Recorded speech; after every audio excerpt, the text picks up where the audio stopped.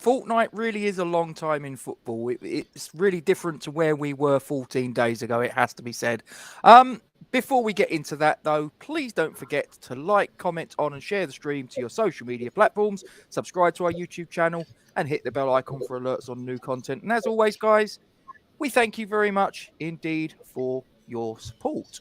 And as we speak of support, Forged from Iron is proud to support Iron Supporting Food Banks. They are a group of West Ham United fans and friends inspired by the work of other football fan food banks around the country. They collect food and cash donations from Newham Food Bank in Beckton, who supply 7 distribution centres in the borough, 7 days a week, and hand out several hundred 3-day emergency food packs every month to families in need. They are also working with other groups to improve conditions for vulnerable adults and children in the Newham community. They are supported in their efforts by West Ham United Football Club, the WHU Foundation, LS185, London Legacy Development Corporation, Newham Council, the Met Police, Spire London East Hospital, Expedient Security, and a large number of West Ham and football fans. You can help by making a donation to their Just Giving page. You will find the link to this in the description section of the video details in this stream. Thank you for your support.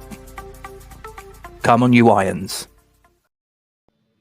Now, obviously, Duke, the game that we're about to speak about, which was obviously a 3-1 win to the Cockney boys in Matchday 9 of 38 in the Premier League. This match was not on the telly in this country, so we had to go to our chateau in the south of France, did we not? Yeah, I jumped on a plane. I was joined by my mate Silva on said plane. Were you now? Yeah, it was. I mean, needless to say, I mean, I know you said there as we signed in, you know, slightly different conversation as we were having probably a little over 14 days ago, actually, when you bear in mind that obviously the preview for the Wolves game it would have been. And it's amazing what 3 wins on the spin actually does to the psyche of us football fans, to be fair. I mean, I need to go back and check because I think I said 3-1 in the preview. Sounds about right. Yeah, I think it did. So I just want to chalk that one up to a little. I'm going to get a board put up the back here, just to the right of that shirt there, with score predictions of you and I up on the board there, and just chalk a little name up next to the Duke for a 3-1 win. I will say, Rob, far from convincing. Probably up until the first goal we get, far from convincing, I have to say. But screw the convincing, it was a 3-1 win. Yeah, it was a. I got to choose my words carefully. I was watching my daughter play in the south of France. I didn't actually get. On tour. Yes, she was. Ebbsfleet United were playing at Welling United in a League Cup game in the south of France, quite coincidentally. So I missed the first half, and as I was driving to my chateau in the south of France from the match, I was listening to it on the radio, at which point we was already 1-0 down.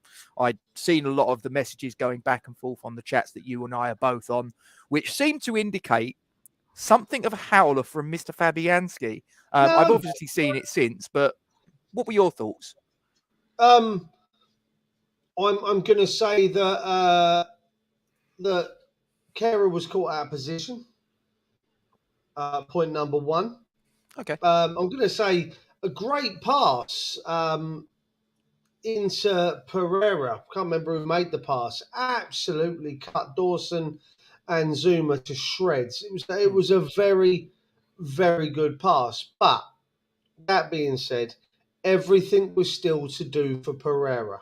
Okay, everything. Now, I've watched this goal back since I got back from the south of France. Mm-hmm. I've watched the highlights, okay, and I'm questioning Kurt Zuma's decision making throughout the entire moment, build up, and everything else. From the second that Pereira got the ball, Yep. Zuma looked like a grassroots, Hackney Marshy centre back. Mm. Looked like he was coming to get up against the great George Best. I have absolutely zero knowledge of what was going through Zuma's head as he continued to back away, but not only back away, he was backing away at a right angle, Rob. So not only was he going backwards on himself, he was actually going further away from him on a square, if you will, Yep. across the edge of our box. Now, if he'd actually just come out, because let's be honest, there was no other bloody Fulham player near the box at this point. There was no one up in support of this fella, No. right? If Zuma walks forward 6 yards and forces Pereira to second guess himself, that goal doesn't get scored. Regardless of what, or I'm not being funny, Fabianski isn't expecting him to shoot from there. So I'm putting no blame whatsoever at the feet of Fabianski. None whatsoever. My entire blame for this goal goes to Fabianski, to Zuma, for backing off. Not only backing off backwards, but inside as well, opening up probably a 20-yard square of goal for this guy to shoot at from an angle. If he just closed him down, we don't go 1-0 down. I see your point. I don't think that Kurt Zuma, to be honest, when I watched it back, it did look to me, I think he lacked intensity in closing Pereira down. I have to agree with you there. There was no closing, But, so there was a lack of knowledge, to be honest. But he was showing him wide, or trying to, and I just think that he's got Fabianski. He's, as you say, he's not expecting the shot, but he should. He's a goalkeeper. There's a forward there with the ball at his feet from the opposition team. So if he's not expecting a shot in that situation, Duke, when the bloody hell should he expect the shot? Listen, I fully understand where you're coming from, and I had this conversation with Neil, the guy who's a goalkeeping coach, friend of mine, and we both said the same thing. As a keeper, he said if he was, actually I said if I was a goalkeeper, right, and we're 5 minutes in, and Zuma. Great comment, Rich. If I was a keeper, yep, and Zuma does what Zuma does, I'm going in at half time and I'm grabbing him, pinning him against the wall, and absolutely tearing a strip off of him because I've just lost my clean sheet bonus through no fault of my own. That was all on Kera. From start to finish. From the moment Pereira got the ball, he was walking backwards and to the left. I'll tell you what, it sounds like who shot Kennedy from the grassy knoll. If you watch what way his head went backwards and to the left. And that's what he was doing. He was going backwards and to the left. From the moment that Pereira got that ball, that's exactly what he did. And like I say, I don't put any blame at the fault of Fabianski there, the feet of Fabianski there. That's all on Zuma for me. Great finish, though. I'm gonna be honest with you. It was great. Your goalkeeping friend, did he sort of like make the comment? As I got to be honest, I think Fabianski's gone for it with his wrong hand, because if you watch it again, he goes for it with his right hand. I think if he goes with it with his left, he gets the contact on it, and that's away for the corner. He did ask the question. Fabianski's got to get a hand on that. Surely was what he said. That was it. That was what he said to me. And my answer was no. Blame solely at the feet of Kurt Zuma. Okay. Okay, so we're 1-0 down 5 minutes in. As I say, I was in the south of France with my daughter playing football and saw all of the second half. But we was on our way, as I say, to our French chateau, and I was listening to it on the radio, and it did sound. I mean, this is about 5 minutes before we got the equaliser, and it did sound like, because there was a chance there was a double chance. I think it was Scamacca and Bowen had a sort of like Leno had to make like a double save from the commentary. Yeah, again, watching live, Scamacca has 3 very good chances in the, other than the goal. 3 very, very good chances. He has the one where, there's some great football. It was very reminiscent of his goal. I think it was against Anderlecht. If my memory serves, the ball into feet. He turns on the edge of the box, takes a step inside. He's about 17, 18, 16, 17 yards out, and he flashes it across goal, and just wide of the post.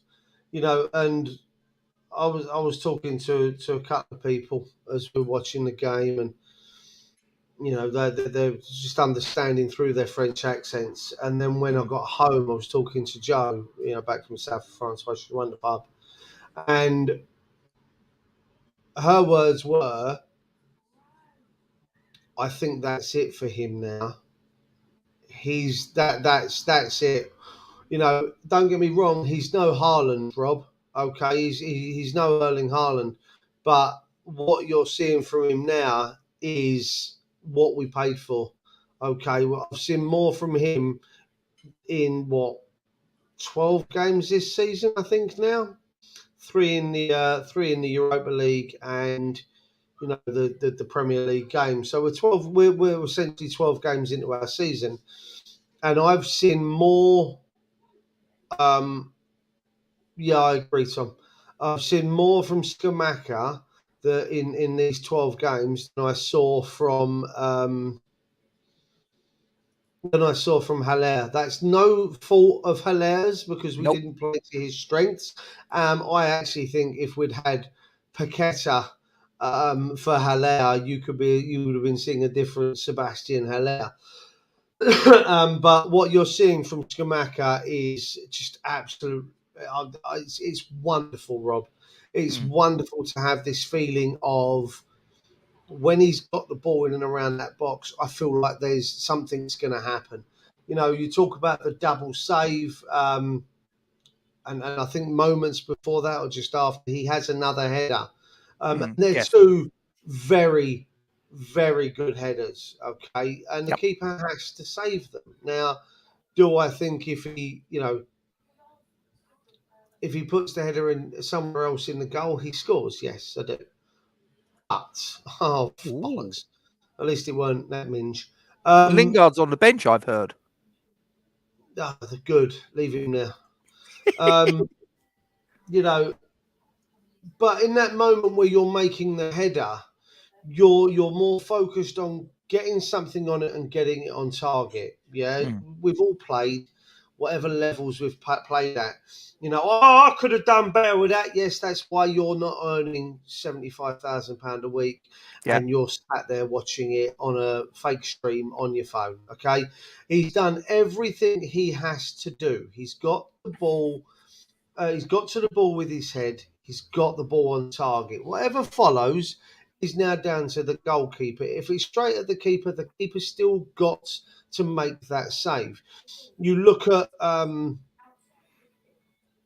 he had the 2 headers, and we're moaning at him for not finding any other part of the goal other than where the goalkeeper was. Correct? Correct. Yep. Okay. Why when during the Anderlecht game are we not bemoaning Fabio Silva's header directly at the goalkeeper? Pardon for the sirens, but we're lauding the save from Areola. I'm only trying to just make a comparison on the fact that it was still at the goalkeeper, and the goalkeepers had to make a save. Yes, Areola's was just absolute world class as far as I'm concerned, and Leno just has to be there. I get that. I fully get that, but he still got to them, which is probably 100% more than what we were getting from previous strikers that come before. I throw into the frame Simone Zaza. Was that a striker? Ilan, Guillermo Franco. I've Fucking hell, you're scraping the bottom of the barrel now, aren't you? I'm not, am I? Because these are still strikers that we've had under the Palm Twins. Yeah, so Yeah, I suppose. at least he's doing a bit. No, hang on. Wasn't Ilan before they turned up? No, I don't think he was. I think he's one of the 472,365 and a half strikers that we've had since. The half was Savio, wasn't it? Please don't stop that. Don't you start. Right. Let's leave that alone. And then obviously the second one results, as you say, in the double save. Again, people are banging on about the fact that after Scamacca, Bowen has to do better. Well, once again, the goalkeeper's made the save. He's got to the ball, the goalkeeper saves it. He's concentrating, Bowen is concentrating solely on getting the ball on target, which he did, which you can ask no more from. Goalkeeper saves it, we move on. But we move on, and from that resulting corner, there was a little phase of play that unfolded, obviously, as we're waiting for the corner to come in. And I did think it was weird at the time. Like I say, I was listening to the radio commentary at this point, and they made the point that Andreas Pereira, who I think it's fair to say is not physically the most imposing player on the park, and he was marking. Where did he come from? Where did he come Andreas from? Pereira, Manchester United. Is he the Man U lad? I thought he was. I thought at the start of the game, by the end of the game, I was convinced he was a United fella. I actually thought at one point he was the Watford fella. Do you remember the Watford fella, Pereira? I think he was. Do you mean the West Brom player, Mateus Pereira? That's the one, yeah. The one that we was after, and he pissed off to not France, China or whatever. Yeah. No, it wasn't him. No, okay, carry on. No, but I mean, I did. They sort of pointed out on the radio commentary. They sort of said, it's a bit weird, from the corner, Pereira's marking Dawson, who's a good couple of inches taller than him from a set piece, and they obviously he had 3 goes at Dawson, and the referees turned around to him and gone, mate, seriously. Knock it on the head, otherwise you're going to be in trouble. And from the resulting corner being floated in, he brings Dawson to the ground, and lo and behold, the referee blows his whistle, points to the spot. It's a penalty. And the complaints from the players, the complaints from Marco Silva, I sat there, and when I watched it on the replay, when I got home, I'm just like, no, mate, sorry, you had a go 3 times before you committed the foul. The referees told you what will happen, and you've done it again. You gave the referee no option. Okay, let's cover the reason for Pereira marking Dawson, right? And the only thing I can see was he was there to do what he did. Okay, now if Pereira's patient, and if Pereira was patient and clever, okay, then we wouldn't have got a penalty, Rob. Okay, but he was put there to block the run of Craig Dawson. That's the only reason that Pereira was put there. They wanted to stop Dawson from making that run, okay? Because from what I could see in the build-up, it was going to be Leno was going to be coming for most of the corners. if they were in and around the area that he could get to, he was going to be coming. And lo and behold, if you watch the game back, you probably won't see it in the highlights. You'd have to probably watch the full game if you can find it. He does come for a lot of corners. Yes. Okay, he does come out and tries to claim them. Now, that was the only reason, okay, that Pereira was marking him. Now, if good on the Villa. If Pereira's patient, and waits for the corner to come in before doing what he does, okay, we don't get a penalty. And the reason for that is you see that time and time and time again in the Premier League, in football in general, that a defender will have their arms kind of like this, hugging the player, stopping them from running left and right of them, having their arms out, creating a barrier. We do it. Dawson does it. Souček does it. Zuma does it. The midfielders come in and they try and block the runners. That's just football. I've done it when I played rugby. I can guarantee you, if they had football, when you were a teenager, that you would have done it. Okay. Now, I played in goal. Okay, so you would have had people blocking for you. Yes. Back in the 1800s. Before but Pereira's they had the offside rule, in fairness. Yeah, before you wore gloves. Pereira was impatient. Now, the referee pulls him the first time. There's a little word in his shell, like, because Dawson's laying on the floor. Right? If you watch back on the highlights, Dawson's laying on the floor because let's be honest, he's thrown himself there. Okay, he has thrown himself on the floor. No, listen. A guy the size of Dawson, Rob, would steamroll Pereira, right? I don't care. He would steamroll Pereira. Job done. Are you seriously sticking up for him? No. What I'm saying is Dawson played the game very, very well.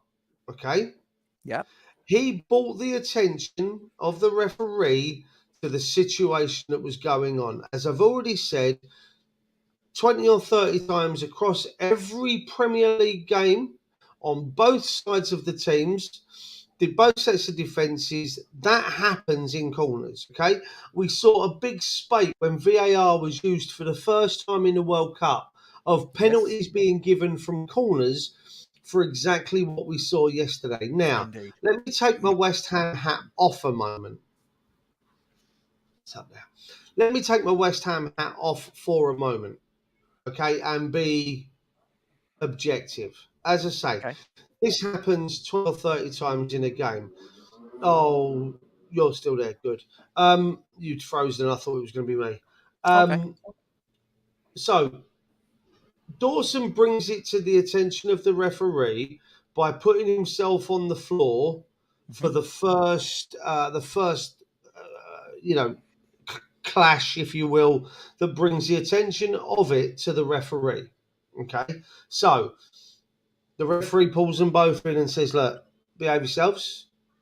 Let's go on with the game." Yeah, fantastic. So at this point, the referee is now watching Pereira and he's watching Dawson, and Dawson goes to give it some of that the old jockey motion, and Pereira's arms come out and wrap around him, and Dawson pushes him away, turns to the referee. It's happening again. Referee tells him to get on with it, and he goes to do it again. Pereira's arms come up, so the referee pulls him again and warns them. Now, here's the kicker for me, and I'm going to actually agree with Dermot Gallagher. Not Dermot Gallagher. Yeah, Dermot Gallagher. You know, the one that does the on Sky Ref Watch. Right, I'm going to agree with him, Rob. I'm also going to agree with, for my sins, I believe it was Danny Murphy on on Match of the Day last night. Yeah. If you watch it, Dawson does go. Former Fulham player, Danny Murphy. Yeah, no, I get that, and I'm going to agree with him because I'm telling you now, if we flip that bitch and we reverse it, see what I did there, a little bit of a song. Flip that bitch and reverse it and put that the other way, I'm screaming for a yellow card for the attacking team for the massive clothesline that Dawson lands on Pereira's jaw. Right? Oh, come on. No, I am. If I flip that and it's the other way, let's say that's oh, I don't know. Let's pick. Let's go Man United, and that's I don't know. Let's say it's Ronaldo. Let's say it's Ronaldo and Dawson on the flip, yeah. And Ronaldo runs in, slams his arm first because that's the first part of the contact here. Slams his arm first into Dawson's jaw, then throws himself to the floor because the referee's already seen it. Then I'm going to be a bit pissed off that we've conceded a penalty off the back of it. Now, that being said, Pereira, if he's patient, gets away with that.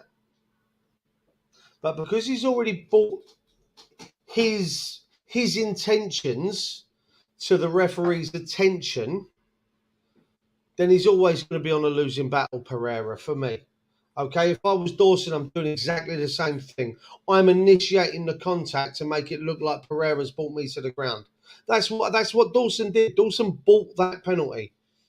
That penalty doesn't get given in the other, 10 games in the Premier League over the weekend. It doesn't get given, Rob. It really doesn't. That happens so many times. Our players do it. Penalties are not given against us. But because Pereira wasn't patient and was trying to wrap his arms around him, the referee had no other option, really, but to give the penalty after he'd already warned him about blocking the run. But Twice. Dawson does. Yeah, twice, 3 times, in fact. But Dawson does initiate the contact with a very large forearm that Hulk Hogan would have been very, very impressed with in the late 80s, early 90s WWE. I'm not going to lie to you. Did he hit a leg drop at any point? I'll be honest with you, he was already on the floor, so I don't think he could. The referee didn't give him a chance to get up and bounce off the net and come back. I hear what you're saying. I completely disagree with you. It was a penalty. Fine. That's fine. It was a penalty. I mean, for me, I think it was a mistake to put Pereira on Dawson. I think it was a mismatch physically. That was a bit weird. But once he's been spoken to by the referee, not once, but at least twice, possibly 3 times, but twice that I'm aware of. Dawson does initiate the first contact. I'm not so sure. He does. Listen, not so sure. And even if he does. But then what I was going to say is that's good game management on Dawson's part. That's and part of the game. He bought the penalty. But what I will say is if he doesn't make that connection with his arm first, he's still being blocked off and brought to the ground anyway. And I think that's the way the referee looked at it. The referees looked at it that if you watch Pereira, his arms are out ready to grab Dawson again. Before Dawson lays it on him, I'm not saying it was Ben, what was his name? The little shit, Thatcher, when he wiped out Pedro Mendes thing. I'm not saying it was one of them. Let's clear that up. But if you watch it, Pereira's arms are ready to go round him again. Yeah. So for me, the referee seen that, knowing that he's going to make the block, he's kind of blown for the penalty off the fact that was what was going to happen anyway. So, I mean, listen, it is a penalty, but it's also one of them penalties that there'd be 25 minutes added on to the end of every game, 12 and a half minutes in the first half, 12 and a half minutes in the second half, because there'd be 17 penalties in a game if that was spotted in every single game. It goes on in every single game. But the fact, as I say, the fact that Pereira wasn't patient, he gave the referee no option. Yeah, but I mean, you're not going to have it every single corner where you've got a player that's been spoken to twice. No, but you're going to have the incident where the defenders are physically manhandling and blocking the player that if anywhere else on the pitch, Rob, with a ball coming in from height, let's say a long clearance, and the defenders grappling, okay, because that's essentially what they do. 9 times out of 10 we see the free kicks given against us because Antonio or Scamacca are backing in and they reckon that that's unfair. But anywhere else on the pitch, the way that the defenders defend corners, including our own, I'm not saying that this is something we're omitted from. Ours do Yeah. it as well. Anywhere else on the pitch, the way that the defenders defend corners, free kicks are given elsewhere on the pitch. Well, what else is a penalty other than a direct free kick inside the box? That's what a penalty is. So anywhere else on the pitch, that free kick's given, you could be seeing penalties given across the board for the manhandling of the attackers by the defenders when they're trying to stop the runs.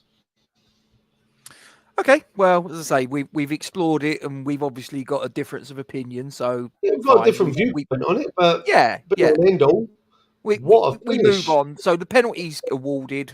Bowen takes it, dispatches it 1-1. We go in half time with parity restored. Obviously, David Moyes then gets into his players and tells them, did you see a different, after they come out at sort of like the second half, did you see a slight upping in the intensity for you? Yeah, I mean, I have to say, once we got the equaliser, in fact, scrap that, go back to the first Scamacca shot that he kind of dragged it, he put it just slightly wide of the post. I always felt that we were going to come out on top, and obviously so did the TV channel that was showing the game, because they had a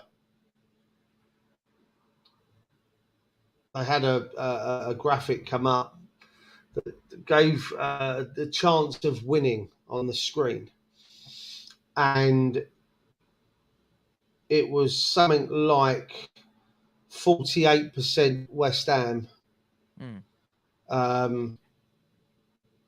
24% draw, and 27%, I think it was, for Fulham to win.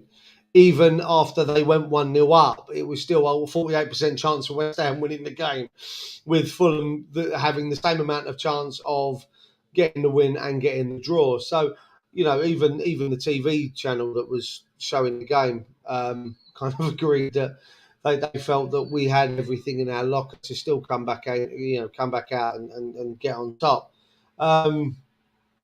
Yeah, we went in at half time, and I felt relieved we'd got the goal, because it was deserving of our play up until that moment. And then, yeah, like you say, we came back out in the second half, and I saw a lot less backing off when Fulham were on the ball and coming forward, which I didn't see probably the first 15, 20 minutes. I mean, we skipped past, obviously, the Dan James chance that caroomed back off of the crossbar in the first half. Again, players backing off, which I think Moyes then put paid to, like you say, at half time, because we came out, there was a step up in the intensity of the way we defended. We came out to meet them rather than allowed them to come on to us. Which showed me that Moyes has got a different way tactically of playing. Normally what we do is we'll allow the other team to have the ball, and we didn't care what they did with it until, they got too close to our box. What I saw was the second they came over the halfway line, we were there, and we were really pushing and really getting into them. Scamacca, I have to say, did a very good version of an Antonio yesterday, with the closing down of the players in and around their box. He was harrying. He was putting a lot of pressure on, which I thought was very, very impressive from him. But then what I did find myself asking was, well, if he's doing that and they've got a way to play out left and right to the left and right backs, where is the likes of Bowen and Fornells to help him by pushing further forward and squeezing that back line even further. Paqueta coming out and helping Scamacca with the two centre backs. Bowen and Fornells pushing left and right and taking out the fullbacks. It kind of gives them significantly less space to play in. Do you know what I mean? So then they may well have to go long. Let's be honest with Rice, Souček, and our back centre backs. We're not going to miss many in the air, and we're going to be able to win them back. Yeah. And again, feeding into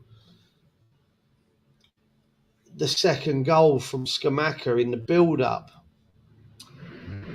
That's a motorbike. Very loud.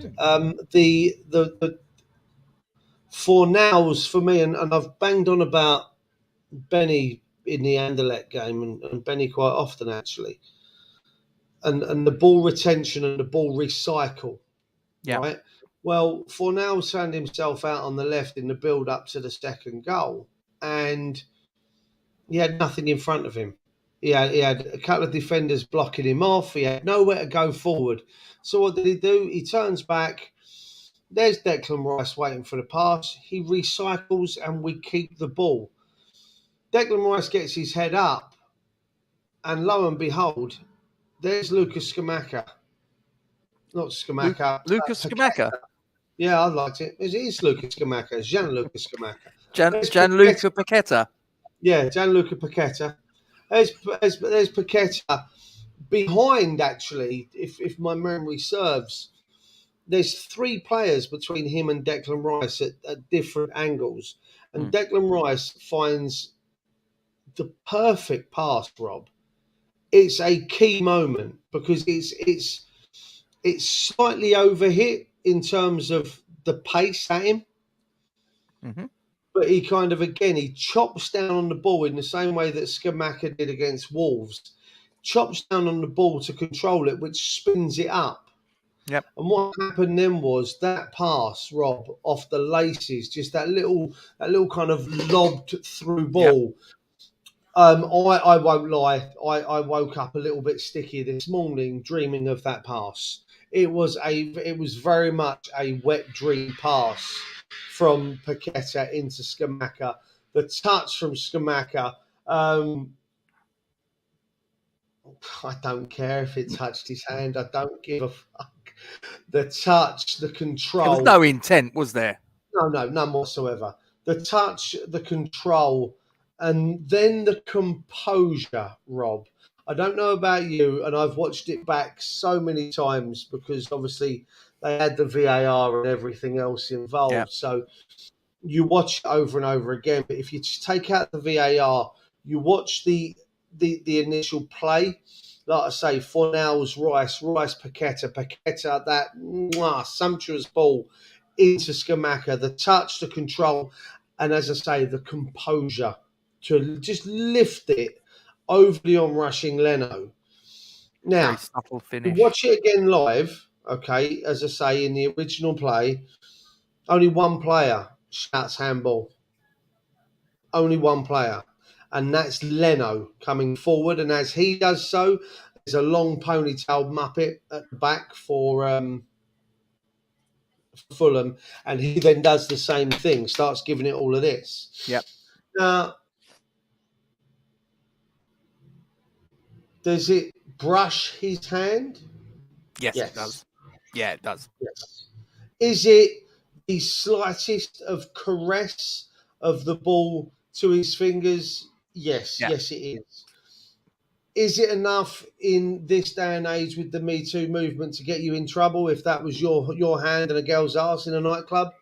Probably. But it was the slightest of brushes. Like, that ball is going to land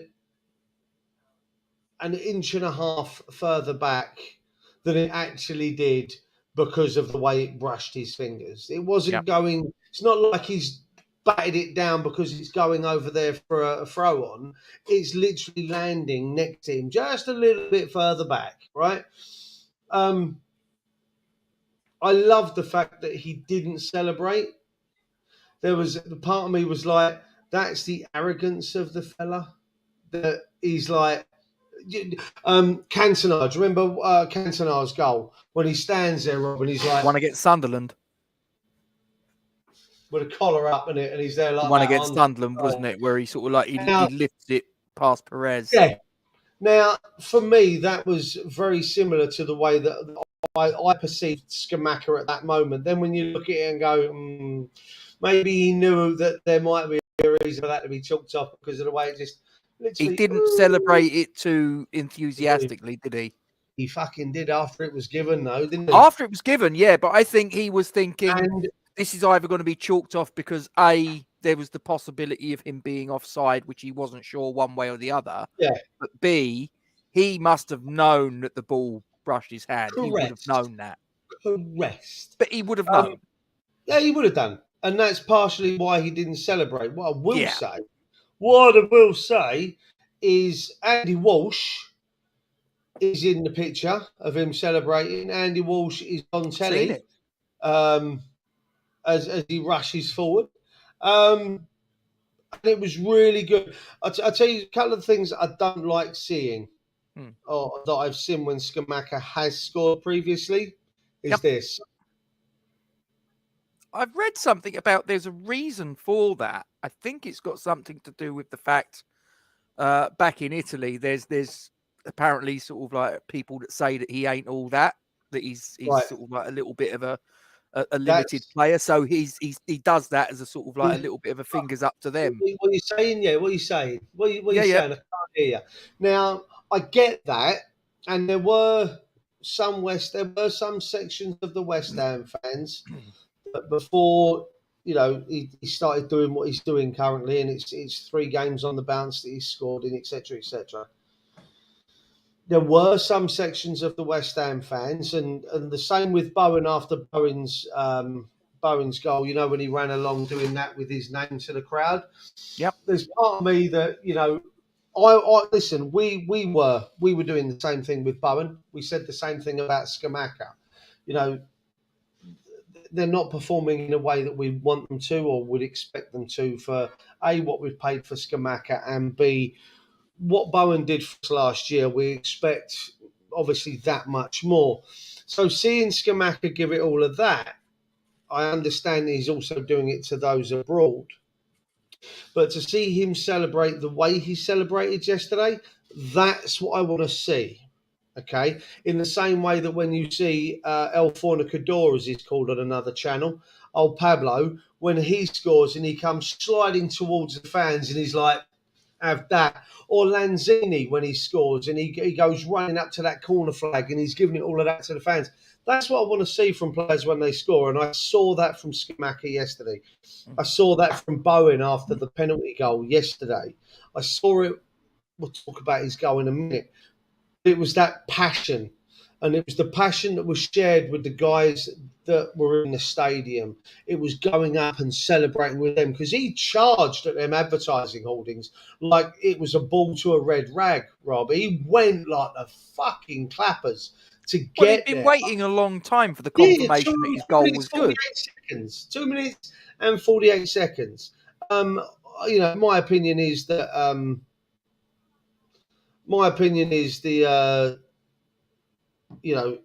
the VAR has to be better at that. Not being funny, you watched that. We watched it the same amount of times as they did because obviously they show what they're watching on the screen. So you see, they must have watched that 40 or 50 times, Rob, to come to that decision. The picture didn't change. You can make up your mind in the first probably 3 viewings of that video. Did it or didn't it? Was it deliberate? Wasn't it deliberate? Does it make that much of a difference to the goal? Doesn't it make too much of a difference to the goal? And the fact that we had to wait the best part of 3 minutes, just under 3 minutes, to get the to get the result and the outcome of that, I think is just. I think it's too much. I think it's too much. If you can't, and this is my take on it. If you can't get the takeaway from it if you cannot make a definitive decision in the first probably 3 or 4 watches of one camera angle, then you ain't going to get a definitive answer after watching the same video 50 times. So the answer is I can't see nothing now. It's got to be given. There's no definitive yes or no answer. It's got to be given. Do you know what surprised me? I thought the goal was going to get chalked off. I was absolutely convinced the goal was going to get chalked off. And I couldn't figure out why. And listen, it was a goal that changed the complexion of the game. Let's be completely honest about it. So I'm not complaining. But I sort of looked and thought, I think that the ref's going to be asked to go and look at the TV monitor. And the moment he does that, you know that chances are that it's going to get chalked off. And it didn't happen. I was like, oh, blinding. Happy days. For once, we've got a little bit of good fortune because obviously it didn't happen in the Chelsea game. We got stiffed there. Yeah. And, you know, as I said at the time, I used the phrase, didn't I? Some days you are the pigeon, some days you are the statue. Well, on that occasion, we was the statue. Yesterday, I would argue we was the pigeon. Now, Fulham fans will complain and moan and that's fine. But, you know, it swings and roundabouts, guys. You know, that's football. Yeah, I mean, like you say, we've been pigeon, we've been statue. I actually think they should be more hard done by the third goal than they should the second. Let's talk about that. You know what I mean? So third goal, Antonio comes on with 10 minutes to go. He's substituted on. Scamacca's given a little bit of a rest. We get 5 minutes of injury time, obviously, because of as you say, the sort of nearly 3-minute delay for the second goal. And in the first minute of that injury time, Antonio bangs the ball into the back of the net. I got to be honest. I know what you're saying is that there was a question mark as to the validity of that goal, but Jesus Christ, that was some comedy defending between Tim Ream and Bernd Leno, wasn't it? Well, listen, I don't know if Clips has I don't know if Clips has put it up yet. Yesterday's game. Okay, I don't know if he's put it up yet, but if he has and he hasn't put the Benny Hill around that goal, then Clips, please do, because that's what's needed. It was pardon my French, it's not 9 o'clock yet, but so I apologize. Rob, it was a fucking farce. From the moment that he used his hand, the moment that he used his hand to play table tennis with the football, okay, the fact that it wasn't blown up for there and then, because I understand the comments around why the goal wasn't chalked off, even though it was handball. I get that. I understand the takeaway from that. I know. What was the takeaway was the officials missed it. Right. VAR went back and agreed that it is handball. Mm-hmm. But because there was a second and a third phase of the play that led to the goal, they couldn't go back and disallow the goal because if my mind serves, 2 Fulham players touched the ball 3 times before he scored and after the handball. So they had more than enough time to clear the ball. Therefore, the goal couldn't be chalked off for the handball. The handball should have been given beforehand. Now,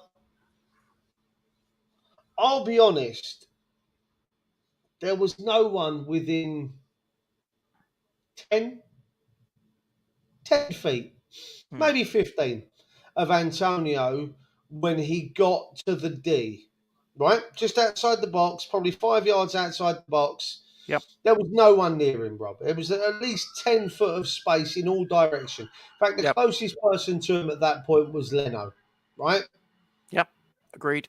What's going through the dickhead's mind that I'm going to shoot from here, okay, rather than going a little bit closer. I know that Leno was advancing, I get that, but please don't shoot from there when you've got all the time in the world. This is And Michael also, can Antonio you we're not? talking about. Yeah, but then can we not shoot straight at the goalkeeper as well? Right. So first things first. Awful decision making from Antonio to shoot from where he did.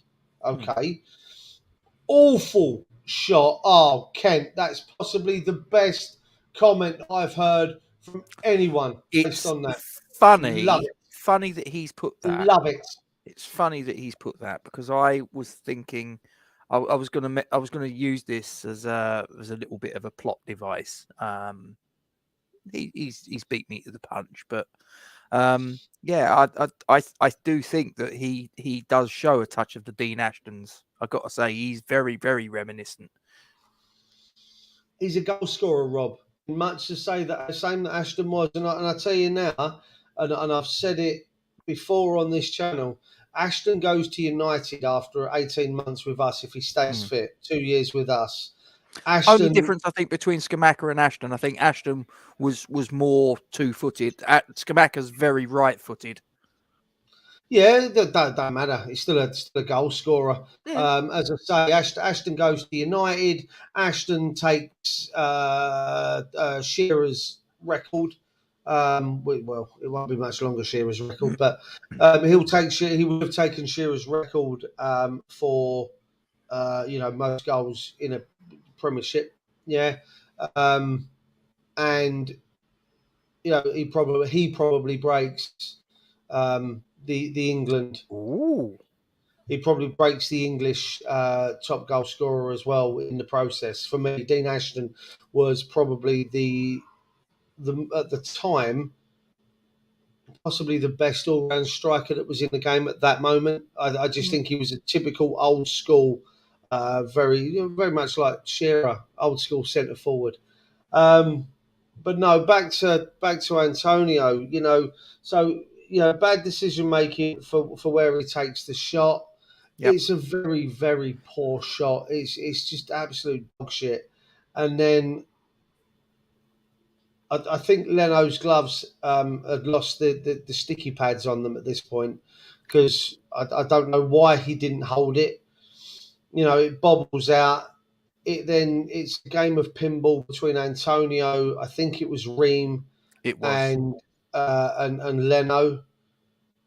And Leno gets a hand to it and Ream kicks it out, and then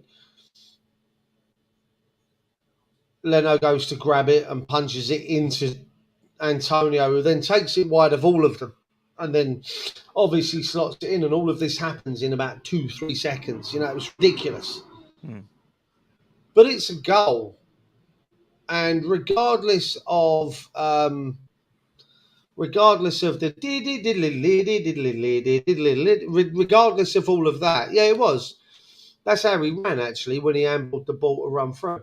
I was waiting for a nurse with a sort of like a low cut top and a big pair of jubblies running out. Yeah. But well, she was probably sitting in the ambulance actually. St John's around the corner. I loved the fact that Antonio got his goal because his work rate deserves it. In every game he plays in, his work rate does deserve it. He came on with 10 minutes to go, and you've got to bear in mind that he's not had this opportunity before to come off the bench against shattered defenders who, to be fair, have been run ragged by Scamacca, Bowen, Fornals, Paqueta. And he can just come on and just run. He can just come on and run, and you can guarantee these guys are going to be looking at it going, shit, look at the size of this bastard. And he's going to be full of running. Yeah, I actually like Franco. I'm going to be honest. I did like Franco. He was quite a diminutive player, wasn't he? Cottagers-esque, if you might say, for his size. Didn't have the goals record, in fairness. But again, good for him. Good for him to get a goal. You know, he's showing that he's still got the passion to get there. You know, it's that's what I mean. All the work leading up to it, and the harrying and the chasing, and the putting players under pressure to make the mistakes that gives him the opportunity that he does. You know, he gets his just reward at the end of the game. It wasn't pretty, but it also made me right that he got his third goal because I said 3-1. Yeah. Well, listen, there's 24 of you watching. We've only got 14 likes as I look here. So there's 10 of you that need to put a like on the stream. So please do. So obviously that's basically the discussion about the general play. We've discussed the goals. We win the game 3-1. Should we do player ratings, old chap? Let's do it.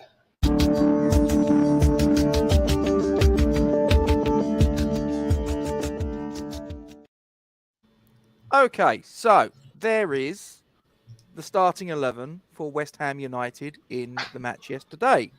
So, Duke, let's start as we always do between the sticks. Talk to me about the performance of Lucas Fabianski. As I say, I don't put the blame at him for the goal. You know, there were some occasions when his positioning did leave a little bit to be desired. I was thinking. Thank you. That's the one. Yeah. South American, I'm sure he was. Yeah. You guys in the live chat as well get involved in this as well. I'm actually going to give Fab a 6, and that is, you know, it's better than average. I think the positioning for the Dan James shot that hits the bar, he was all kinds of at sea. But pretty much after that, he didn't have much to do, Rob. You know, there was no, you know, as I was saying about the Anderlecht game, you know, the Wolves game, sorry. You know, he makes 2 big saves before we go 1-0 up. There was no real standout moments other than obviously, you know, people saying for the goal and then obviously the Dan James one that hits the bar. There wasn't really much more for him to have to do to a degree.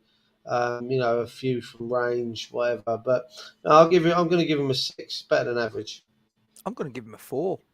I think that I know what you said earlier about he's not expecting the shot, but he should be.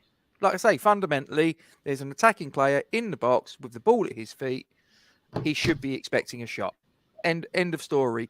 For me, I think he goes for it with the wrong hand. I think he should have gone with it with his left hand, not his right. If he gets in contact with his left hand, because if you look the footage, it sort of like it zooms past him, sort of like the left hand side of his head. So if he gets his hand up, he pushes it away for the corner. Instead, he goes for it with his right hand, so he's got to come across to make contact, which it might seem like sort of like sort of like the distance between there and there, but then it's sort of like a shorter distance here, if you get my meaning. And it's sort of like difference that made all the difference. And the ball was past him. It was hit. Don't get me wrong, it was hit with pace and power and all the rest of it. But I just think it's a goalkeeping error. And as you said, he was all at sea for the Dan James shot as well. His positioning there was awful. So don't worry, Lee. I forgive you. I'm going to give him a 4. With the wrong hand, though. You say going through it with the wrong hand. Go back to FA Cup final 19. I want to say 91. I want to say 91. Tottenham Arsenal FA Cup semi-final at Wembley. Right. It was, wasn't it? And Paul Gascoigne busts his knee in the final. That was, wasn't it? When he busted his knee. Paul Gascoigne takes the free kick against David Seaman. That was in a semi. And again, if you remember that, the talk around that time was that David Seaman went for that free kick with the wrong hand as well, because he actually reaches over. It was like that. He reaches over with his top hand, whereas if he comes in from underneath it with the other hand. So, if you're saying that you felt that he makes a mistake there, all the top goalkeepers do, because, David Seaman was probably one of the best goalkeepers of the Premier League era, in my opinion. Yeah, And but this is you know, I'm not interested in what David Seaman did in I'm 1991. just pointing out that top goalkeepers make mistakes as well. Listen, I'm not saying they don't, but I have to judge him in what Fabianski did yesterday, not what David Seaman did in a semi-final in 91. This is Giving not you whataboutery. context. I'm giving you context, All right, Roberts. okay, all right. Talk to me about Tilo Kehrer. Yeah, again, I'll be honest with you. I'm more convinced of him at right back than Sufal. Okay. I'm more convinced of him at right back with Dawson at centre back. Mhm. That being said, he was out of position for the goal. He was. You can blame him for the goal if you want to a degree because of Mhm. if he's in position and I he's where he should be. They don't make that pass. Pereira doesn't get through the back of Dawson. I'm going to give Pereira a 6. I'm going to agree with you on that one. I think that Oh, thanks. no, I think he is culpable for the goal that put us 1-0 down. I can't lie. I agree with what you're saying. I think he was too far up the pitch. He didn't sort of get back into position quickly enough. He's left it obviously to Kurt to sweep it up, and he's done a bit of a poor job of that, to be fair. Blimey, James 7. Wow. Okay. I think 6 is probably a fair mark. I think he had a decent enough game after that. I mean, just sort of like talking about Fab just a moment ago, you sort of said that he didn't have that much to do to redeem himself. And sometimes that's the thing for a goalkeeper. If you make a mistake after 5 minutes that results in a goal, unless you're then for the rest of the game making save after save after save, you've got no way of redeeming yourself. Do you know what I mean? And Yeah. that's the thing. Whereas I think Kehrer was involved a bit more in the general play after that that allowed his score Yeah. to be able to sort of like be recovered. But I mean, I would probably give him a 6. I don't think he was anything I don't think it was one of his better performances in Claret and Blue thus far, but I'm probably going to say it was okay. So I'm going to give him a 6 as well. How about Cresswell?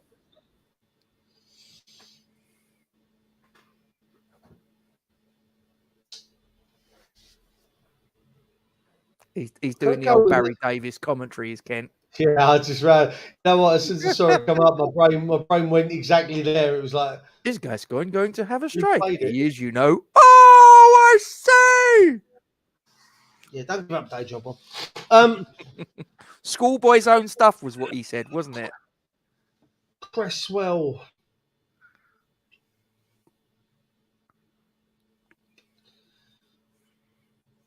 Seven. Okay. I was going to go 6. Mm-hmm. There was a couple of occasions, and I'll tell you what, people were talking about the fact that he's lost his pace and stuff. I watched him yesterday on a couple of the highlights and watched the way he breaks through the barrier of the right back and the right winger. Using pace. He did it 3 or 4 times yesterday, racing away from the midfielder. And giving the left back or the right back a headache. I was going to go 6, but if I remember rightly, he's actually involved in the play that leads to the incident with the penalty. I think he was the one that was involved in breaking the lines down the left, switching the play. Yeah. Across to Scamacca. And having the shot. Yes. Blocked and oh no, I think no, he does. He gives it to Fornals, who then gives him the return ball for him to float the crossing, which is Scamacca's header, Bowen's shot blocks, and then the corner. That's right. Really good movement. I love the interchange between him and Fornals for that corner. I'd 7. Yeah, I'm in agreement with you. I think that I thought he looked okay defensively, and I thought going forwards he caused a threat to Fulham, and principally, as you mentioned it, he played a key role in the sort of like the build up to the penalty. You know, he put the cross in for Scamacca. Scamacca header, saved by Leno. Bowen on the rebound, puts it over the bar. Then obviously from that resultant corner is where the foul was given away. So you could say that Cresswell had a direct involvement in the equaliser in that respect. So I'd probably give him a 7. Yeah, I think that's a fair score. How about Mr. Zuma? I dare say you're probably going to... Zuma's going to get a 5 from me. Ooh.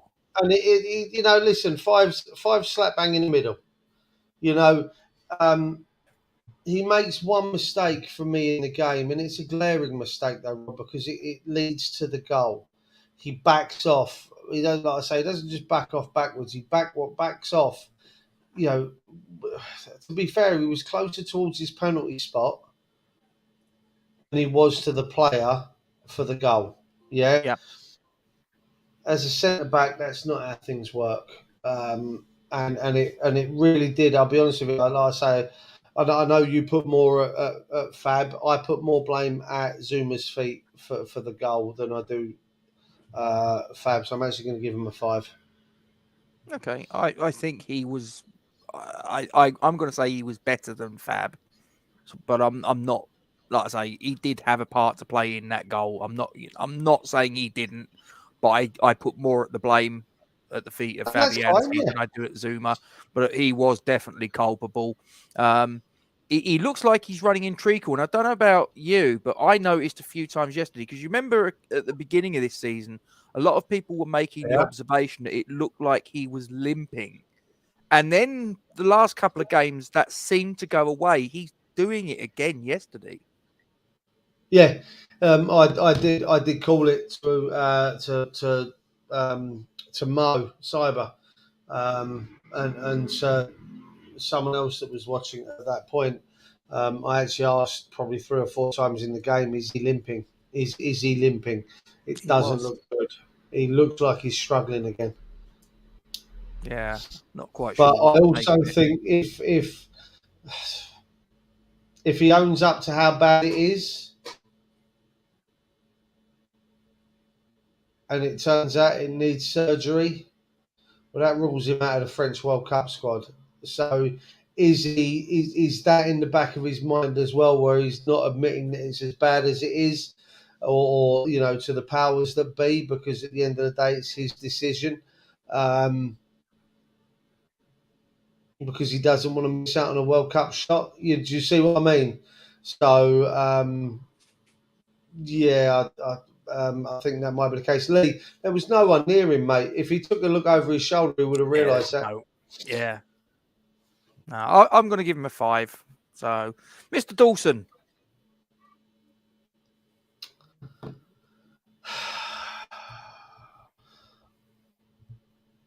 He loses a point for me with his positioning for the goal. If I work it that the players start on a 6, he loses a point for his involvement in the goal. Again, it's a ball played in behind him as he's tracking back. So for me, it's his spatial awareness and his awareness of runners in behind him that he doesn't kind of change tact and go towards the ball. He actually gains a point for the penalty, and his cleverness around the penalty, and then for his all-round kind of his commanding of his back line. I'm actually going to give him an 8. So he goes down to a 5. Goes down to a 5 for his involvement in the goal. He gets that point back for his involvement and his cleverness with regards to the penalty, and then he grabs 2 points for the way that he, as Neil says there, the way he bosses defence and the way that he's commanding, the way he talks to the players around him. Yeah, he gains 2 points for that. I agree with Kent. I'm going to go 8. I think that. I think he just makes such a difference when he plays against when he doesn't. I think that we missed him at the beginning of the season, and I think it's now showing just how much we missed him, not just from the set pieces, but in terms of him being a leader at the back, the organizer, the one that's going to sort of tell people where they need to be, what they need to do, and all the rest of it. I just think that his involvement is absolutely crucial. So yeah, I think he's one of these players that people probably only realise what he brings to the team. If they're not paying attention, they only realise what he brings to the team when he's not there. He's one of those. Do you know what I mean? Some people would look at him and go, Craig Dawson, I'm talking fans of other teams, Craig Dawson, is he all that? And it's like, well, look at what we are, look at how we are when he doesn't play, and look at how we are when we do play. And there's a massive, massive difference between the two more often than not. And I don't think that's coincidence. No. So I'm going to give him an 8. So I'm feeling generous. Captain, Declan Rice. I like John's comment. Yeah, I've seen it. Yeah, it takes a lot to impress, John. Declan Rice. I have done jury service at Belmarsh, actually. Ooh. Yeah, it was interesting. Interesting fortnight that was. Declan Rice, 8. Without too much thought in it, I'm going to go 8. It's his pass into Paqueta that sets up Scamacca for the goal. Again, I actually think there was a lot of conversation, a lot of talk going on between him and Souček. Him, Souček, Kera, him, Souček, Dawson, Crest the other side. There's a lot. You could see him constantly talking. Yep. What we'll say for Kera is there was a moment at the end of the game when Kera makes a challenge out of the back at the right, and he goes up to the fans and he's giving it all of that to try and give it. Because I have to say, from what I saw on the telly yesterday, it wasn't a great crowd, Rob. I know the West Ham official Twitter tweeted 12th man about the crowd yesterday. And a lot of the comments from people that were there were saying, are you sure, mate? It was one of the worst atmospheres that I've witnessed at that ground. And I was like, bloody hell. I did think it was bad. I have to say, I did think that there was... we weren't there. Yeah, exactly. You know what? Some great passes from Rice. Again, like I say, I'm going to give him an 8. I'm torn between a 7 or an 8. I think he's in that realm where he's sort of teetering on the brink.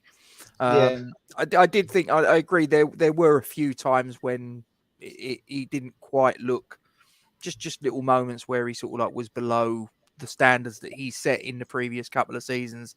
Not crap by any stretch of the imagination, but I'm sort of torn between the two. I mean, he also had moments like what you say, the ball into Paqueta that led to the second goal.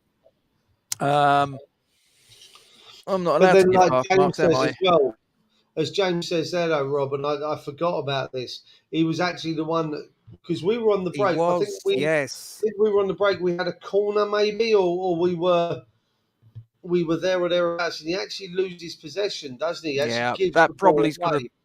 I'm probably going to push him down to a 7 then. Yeah, I'd forgotten about that, but yeah good point, James. Good point. I'm going to go 7. So Thomas Souček. Not a bad game from Tom, in my opinion. I'm going to go 7. It wasn't a bad game. I'm still struggling in confidence with the guys passing. That's always going to be because he can't. Because he can't. But he just his presence there from corners and free kicks at both ends of the pitch gives me confidence in being able to defend them, but also being able to give me confidence that we're going to get something from ours. Do you know what I mean? He's just another he's another thing for the other team to worry about. But I'm going to 7.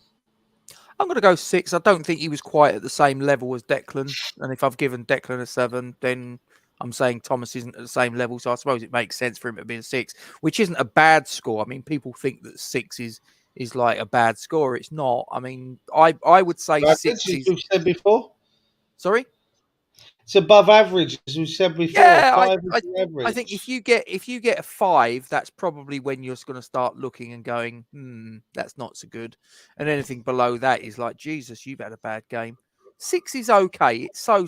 It's okay. Nothing more, nothing less. I'm going to give him a 6. Talk to me about Pablo Fornals. Some great work rate again out there from him, Rob. There were times I felt he could have been a little bit higher up the park.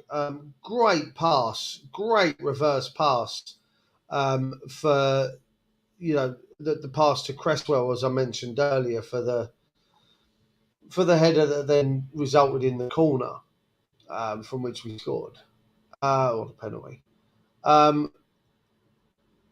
Great ball recycling and retention when he passes back to Declan Rice for the second goal. So indirectly involved in 2 of the 3 goals we scored yesterday with what I'd consider to be key passes. And he gets a point for each of those for me. So he starts off at a 5. I'm going to give him a 7. I'm going to give him a 6. Again, I don't think it was a bad game from Pablo. The one thing you always know you're going to get with Pablo is you're going to get hard work and endeavour. Yes. I just thought that yesterday, I thought that the quality was a little bit lacking for me. I just think that he wasn't quite at the what I expect him out of a guy that's playing on the left wing. Now he's not a left winger. Fundamentally, No. he's a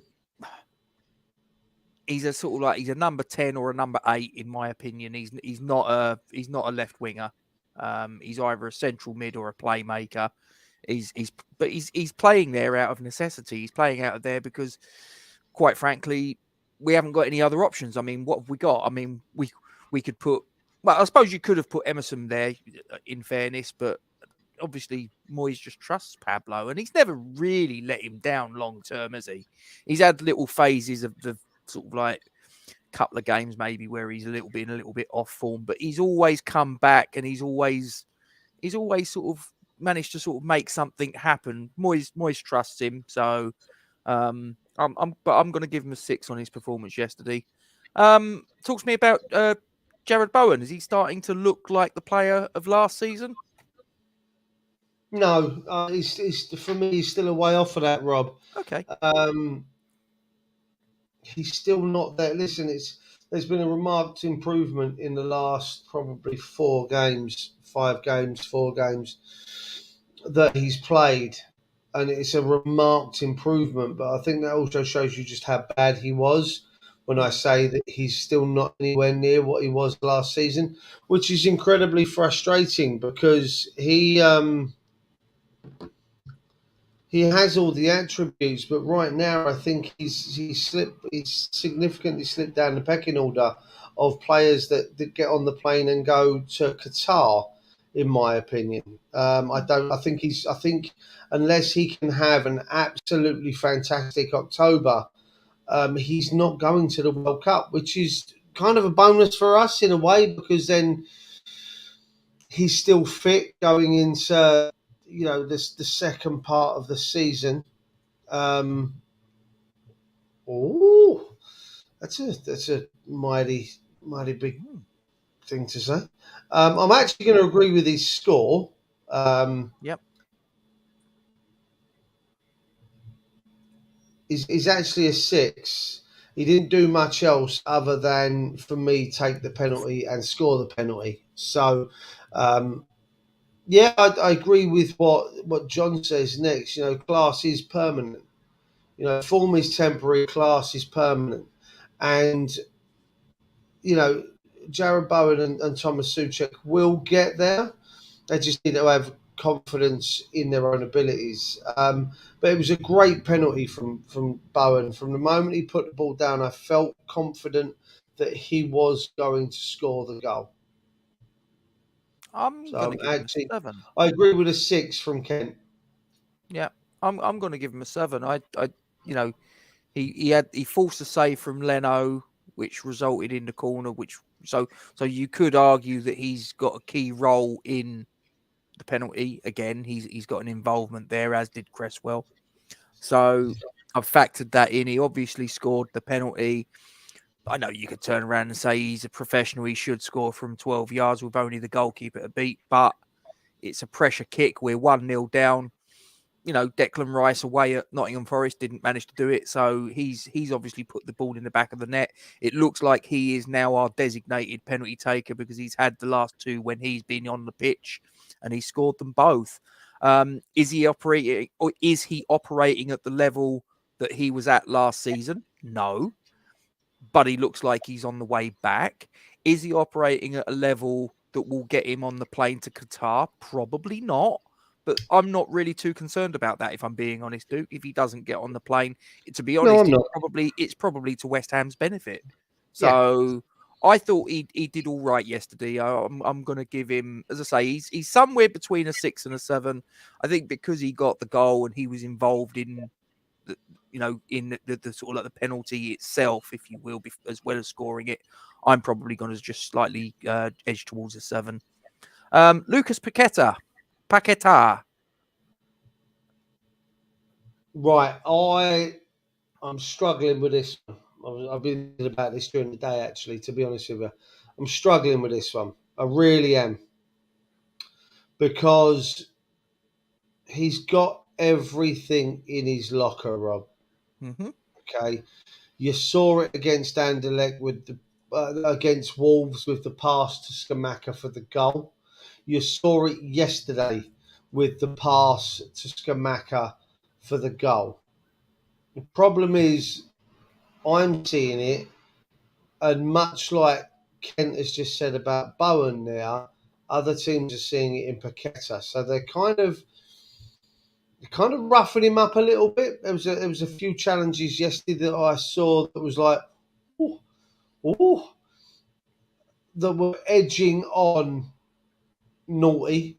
What, on Paqueta or by Paqueta, you saying? No, on Paqueta. The teams that are coming in, they're not quite of the level that we saw the arse bandit at Everton do on Payet. You remember when he scissored it? Yeah, well, I'm not talking quite the level of those kind of tackles, because that was let's put this guy out for a while and injure the prick. Whereas with Paqueta, it did. Yeah, whereas with Paqueta, they're going in to disrupt him, to make him think twice about how many touches he's going to have on the ball, that kind of shit. Because what that does is that rattles a player's confidence, and then they don't want to hold the ball to wait for that key pass. Do you see what I mean? So he's being. I feel he's being targeted. He is still finding his feet in a league that doesn't allow you to have as long on the ball. You've got to bear in mind he came out of France, and there's essentially 3 real teams in that French division, and he played for one of them. Yeah, you got PSG, you got Monaco, then you had Lyon. There really isn't much else of significance in that league. Do you know what I mean? So, it was James McCarthy. Thank you, Kent. I'm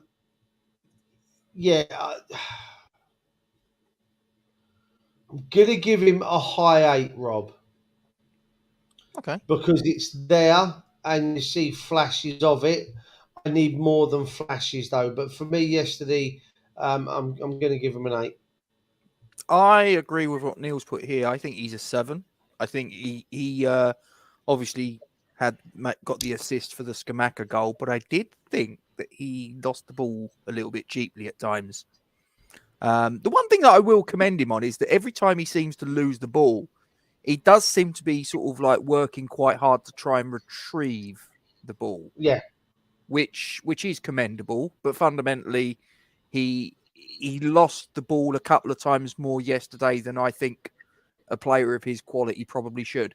Now, the mitigation for that is obviously he is still getting used to Premier League pace. He's not used to Premier League. He's not played in the Premier League up until a month ago or thereabouts. So He is still finding his feet, so I'm going to give him a little bit of leeway. I'm going to give him a 7. Fair enough. Gianluca Scamacca. 9. Wow. 9 and my S, please. Okay. He is just everything I want to see in a striker, Rob. He really is. He has presence. He has the quality. He has the. There you go. Don't cover his beautiful face. He has everything that I want to see in a striker. He has everything that I want to see in a player that plays for West Ham. He has determination. He has grit. He has passion. He knows where the goal is. One glance up, and he's taken in everything around him. You know, I watched a comparison video of Xavi, Okay. I believe it was, when he was receiving the ball from whoever the Barcelona keeper was. Victor Valdez. Valdez, thank you. And he's looking over his shoulder one way, the other way, looks back towards the goalkeeper, looks over his shoulder, looks over his shoulder, looks back towards the keeper, looks over his shoulder, looks over his shoulder as the ball gets to his feet. So he's constantly looking. His spatial awareness, he's reading the game in glances. Scamacca's got that in abundance, Rob. If you watch him, for the goal against Wolves, he looks twice before he receives the ball from Paqueta. One at the goalkeeper to see that he's near post. 2 to see where Scamacca himself is in relation to the far post. And then he receives the ball and shoots without even looking up again. He has that around him. If you look at the dragged shot again yesterday, the one that goes wide of the far post, he does it again. It's the look around him before he receives the ball at his feet. His awareness is absolutely amazing. I saw a picture that came up on my memories on Facebook, Rob, of Mesut Ozil at Mecca. Yeah. And someone makes the comment that Mesut Ozil is so good, he can still find space in the busiest place in the world, right? I feel that about Scamacca. Scamacca always seems to find himself in the right amount of space that he needs to conduct his business. The goal against Anderlecht, edge of the box, you know, the stamp down on the ball to volley it into the top bins. The goal against Wolves, where he, you know, puts it across the. I've got the 2 goals, whatever it is, ran the wrong way. The shot yesterday, the goal again yesterday. His awareness of where he is phenomenal, and it's been such a long time. I'd go as far as to say I agree with what Kent says. He's the best striker we've probably had since Dean Ashton, Rob. And I know all of the talk have been about two other strikers that joined the Premier League at the same time as Scamacca did. One came from Germany, the other one came from Portugal. One came for £51 million and has scored an abundance of goals. Like, you know, he's playing against, Dartford District under nines. The other one, the most significant thing I think he's brought to his team is a headbutt against another Premier League team. And for me, Scamacca seems to be going under the radar, which is just how I like it. I'm not going to lie to you. I'll let him just get on with his business. But he costs significantly less than Darwin Nunez, which I believe personally, Moyes' MOT really did get us out of a significant problem. That if we'd gone and got Nunez in January, we wouldn't have got Scamacca, let's be honest. And Scamacca, for me, currently, it's 5 times the player that Nunes is. So, I'm glad we didn't get Nunes. Yeah, I can't disagree. Hypothetical. I mean, sort of like you say about Erling Haaland and the goals that he's scoring and all the rest of it. We do have to sort of realise that yes, he's a wonderful striker, but he's got Kevin De Bruyne, Bernardo Silva that are loading the gun for him, and he's sort of like Oh, firing it. oh, It'd be very interesting to see if you could just for a hypothetical, if you could swap Gianluca Scamacca and Erling Haaland's current teams. Not that I want that, but I'm just saying if you could sort of like just reverse them and just see how would the other get on? How would they get on with the sort of like the teammates? I'll tell you now, Haaland wouldn't have scored the amount of goals that he has, that's for sure. He'd still be very respectable. But he wouldn't have scored 20 goals in sort of like 14 games or whatever it is. he has 15 Premier League goals so far this season, and he's the Yeah, quickest player to 15 goals in a Premier League season. He has the same amount of goals in 9 Premier League games this season than the top scorer had for Manchester City all of last season. Okay. And you say that about Haaland having the ammunition loaded for him. Just 2 things on that. One is I saw a meme on Facebook of Kevin De Bruyne just kicking a ball. It was just a picture of Kevin De Bruyne kicking a ball. And the caption underneath it says, "Fuck it, Haaland's in there somewhere," right? And that's just how it feels, right? It's just how it feels. And then the other comment based off the back of that is something that, again, Neil Manning, 1-to-1 goalkeepers. If anyone needs a goalkeeping coach, I can put you in touch. Neil made a comment. City are not playing any differently with Haaland up front as they did with Sterling last season. It's just that Sterling spooned and missed the chances that Haaland is absolutely hoovering up right now. And he's not wrong, Rob. Man City are not doing anything any differently. They've just got an they've got out-and-out someone goal a scorer clinical. now, Yeah, a clinical finisher. Someone but on... we've got that now. That's the Yeah. point I'm making. We've got our version of Haaland, and all right, we haven't got a Kevin De Bruyne. We haven't got a Oh, we Bernardo have. Silva. Yeah, We do we it a have. slightly And different way. I know we've got Paqueta, Yeah. but he's They'll the only get one. better. The But pair of them will only get better. they will. They will. Yeah. I'm not saying that we're going to go and operate at the level that City do because Oh no, they've but we're going to they've operate at obviously got. our level Yeah. of what City do. Yeah. Yeah, I'm gonna go. I'm gonna agree. I'm gonna say Scamacca's a solid 9, no doubt.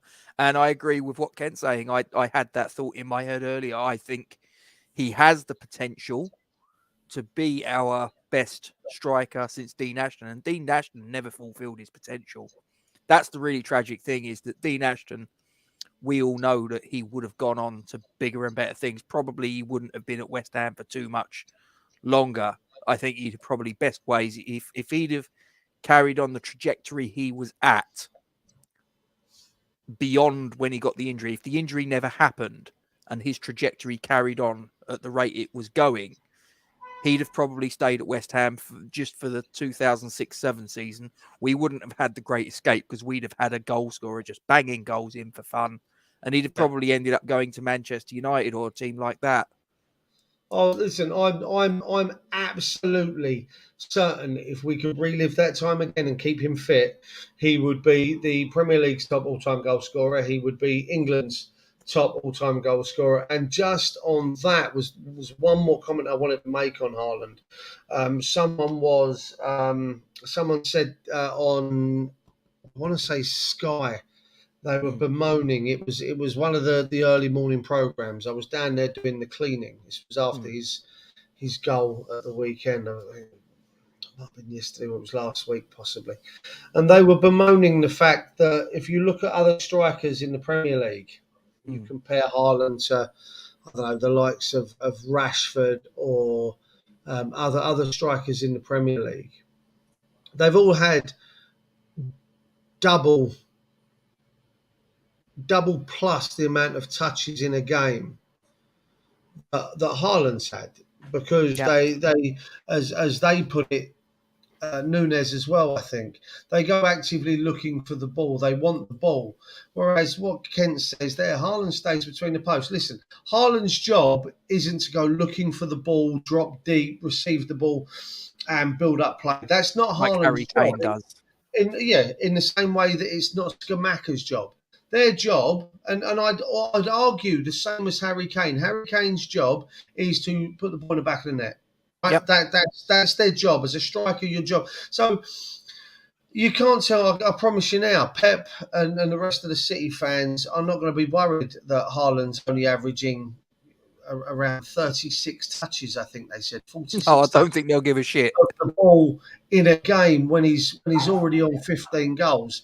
I don't think West Ham fans, and I'm certainly one of these, I'm not going to bemoan that Scamacca's probably only getting 50 touches of a ball in a game if he's going to be putting the ball in the back of the net. I don't give a shit that he's not dropping deep to the halfway line to help build up play. No, fuck that. Get in the box, score the goal, be done with it. If he scores goals and gets us points in the Premier League, I couldn't care less if he has 3 touches in a game. If he scores 3 goals, job done on it. Yeah.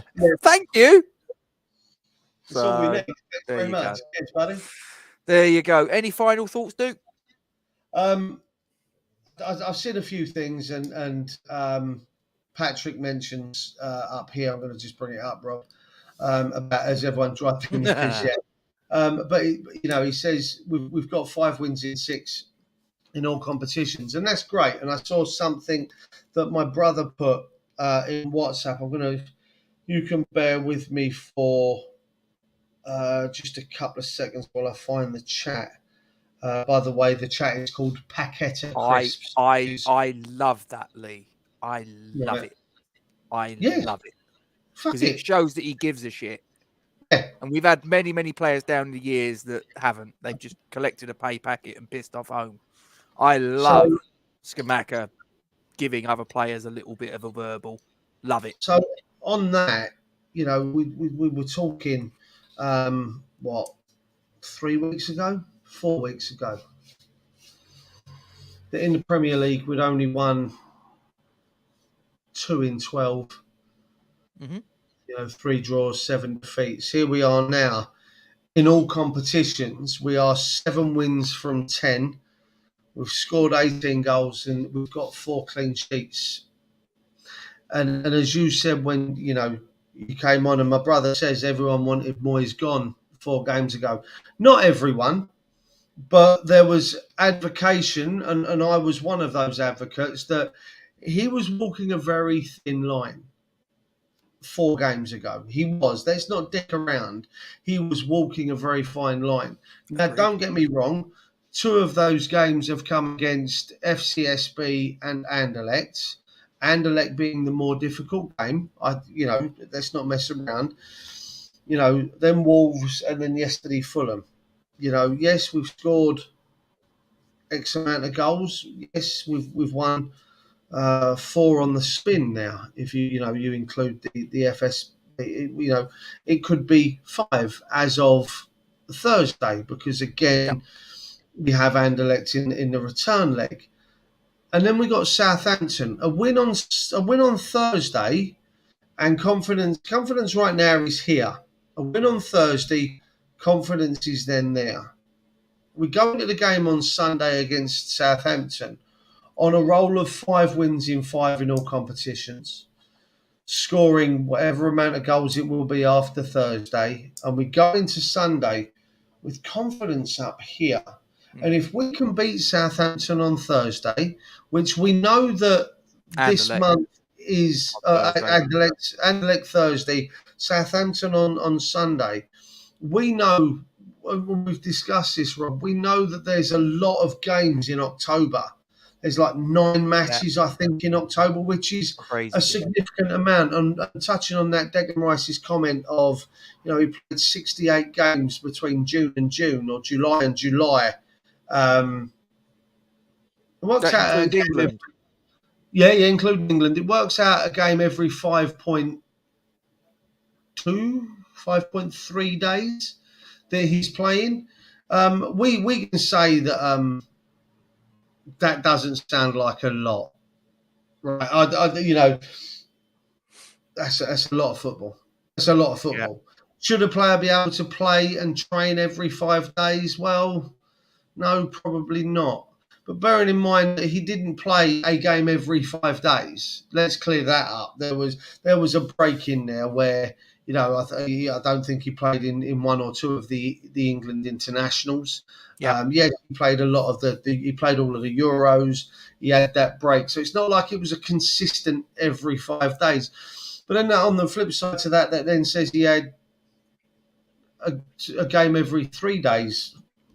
3 days, 4 days. It was 3 days because he played on Thursday, Friday, Saturday, then he play again on Sunday. That was Monday, Tuesday, Wednesday, play again on Thursday. So for a lot of last season, it was a game every 3 and then a game every 4. Because obviously, well, that's if he played in them all. You get what I'm saying. But there were games where he had weeks off. So I'm there with regards to the amount of games he played in the amount of time he played it. Get on with it, you're getting paid enough money, kind of thing. It looks a lot better, Rob, doesn't it? Yep. I'm happy with it. I have to say. Right, okay, ladies and gentlemen, before we knock it on the head, just a little message for you. Forge from Iron is proud to support Iron Supporting Food Banks. They are a group of West Ham United fans and friends inspired by the work of other football fan food banks around the country. They collect food and cash donations from Newham Food Bank in Beckton, who supply 7 distribution centres in the borough, 7 days a week, and hand out several hundred 3-day emergency food packs every month to families in need. They are also working with other groups to improve conditions for vulnerable adults and children in the Newham community. They are supported in their efforts by West Ham United Football Club, the WHU Foundation, LS185, London Legacy Development Corporation, Newham Council, the Met Police, Spire London East Hospital, Expedient Security, and a large number of West Ham and football fans. You can help by making a donation to their Just Giving page. You will find the link to this in the description section of the video details in this stream. Thank you for your support. Come on, you Irons. There you go. And as we always say, guys, please don't forget to like, comment on and share the stream to your social media platforms. Subscribe to our YouTube channel and hit the bell icon for alerts on new content. As always, we thank you very much indeed for your support in this matter. Duke, what are we, my friend? Back on the road to being absolutely fucking massive, Rob. That'll do me, my friend. Come on, you Irons.